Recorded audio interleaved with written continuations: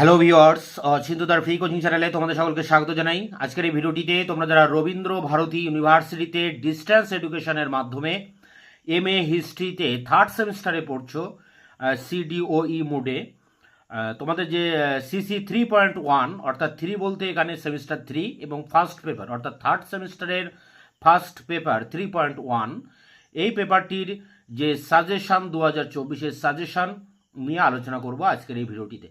দেখো, এক্ষেত্রে আমি তোমাদেরকে টপ 10 কোশ্চেন রেখেছি, মাত্র 10টি প্রশ্ন রেখেছি।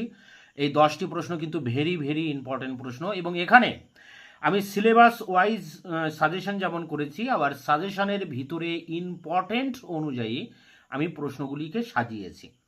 সেই দিক দিয়ে তোমাদের এখানে প্রথম যে প্রশ্নটি আছে সব থেকে বেশি ইম্পর্টেন্ট, তারপরে যেটি আছে সেটি তারপরে ইম্পর্টেন্ট, এইভাবে ক্রমানুযায়ী আমি কিন্তু এটা সাজিয়েছি। তো তোমরা টপ 10 কোশ্চেনটা দেখে নাও। দেখো, এখানে ইংরেজি এবং বাংলা দুটি ভার্সানই রয়েছে, আমি বাংলা ভার্সানটাই তোমাদের সামনে রিপিট করছি। প্রথম প্রশ্ন, জেপি আন্দোলন বা বিহার আন্দোলন সম্পর্কে আলোচনা করুন। পরেরটি দেখো 2, ভূদান ও সর্বোদয় আন্দোলন সম্পর্কে আলোচনা করুন। 3 দাগের প্রশ্নটি দেখে নাও, আধুনিক ভারতের স্থপতি হিসেবে জওহরলাল নেহেরুর অবদান আলোচনা করুন।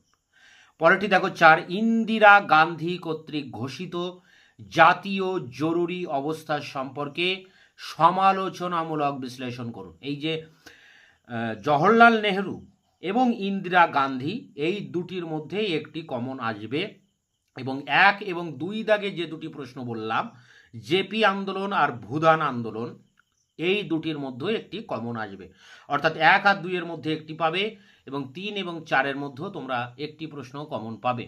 5 দাগে দেখো কি প্রশ্ন রয়েছে, 1947-এর আর্থ সামাজিক রাজনৈতিক অবস্থা আলোচনা করুন। Discuss the social and political condition of 1947। এবং পরে প্রশ্নটি দেখো, খুবই ইম্পর্টেন্ট একটি প্রশ্ন, রাম মনোহর লোহিয়া এবং তার সমাজতান্ত্রিক আন্দোলনের ভূমিকা মূল্যায়ন করুন। রাম মনোহর লোহিয়ার সমাজতান্ত্রিক আন্দোলন। 7 দাগে দেখো যে প্রশ্নটি রয়েছে, ভারতের রাজনীতি জোট সরকারের প্রভাব মূল্যায়ন করো। ভারতের রাজনীতিতে জোট সরকারের প্রভাব মূল্যায়ন করো।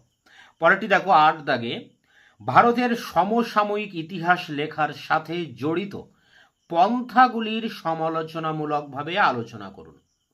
পরেরটি দেখো 9 দাগে, সমসাময়িক ভারতীয় ইতিহাসে পর্যায়ক্রমের উপর আলোকপাত করুন। ভারতের ইতিহাসের পর্যায়ক্রম। পরেরটি দেখো, ভারতের ঔপনিবেশিক উত্তরাধিকারের প্রধান বৈশিষ্ট্যগুলি ব্যাখ্যা করুন। তো এই ছিল টপ 10 কোশ্চেন, এগুলো তোমরা অবশ্যই করবে। সাথে তোমরা আরেকটি প্রশ্ন করে রাখবে এক্সট্রা হিসেবে, কিন্তু এক্সট্রা দিলেও কিন্তু প্রশ্নটি ইম্পর্টেন্ট। ভারতীয় জনতা পার্টি, ভারতীয় রাজনীতিতে জনতা পার্টির অবদান আলোচনা করুন। তো এই ছিল তোমাদের টপ 10 সাজেশন বা আসন্ন পরীক্ষার যে লাস্ট মিনিট সাজেশন, সেই সাজেশন হিসেবে তোমাদের সামনে এই প্রশ্নগুলো তুলে ধরলাম। তোমরা এই প্রশ্নগুলিকে সামনে রেখে পরীক্ষার জন্য প্রস্তুতি নাও। তোমাদের বাকি অন্যান্য পেপারগুলির সাজেশন আমি 1-2 দিনের মধ্যেই আমার চ্যানেলে আপলোড করব, তাই তোমরা অবশ্যই চ্যানেলকে সাবস্ক্রাইব করে রাখবে, বন্ধুদের কাছে শেয়ার করবে। ভিডিওটি ভালো লাগলে অবশ্যই একটা লাইক দেবে।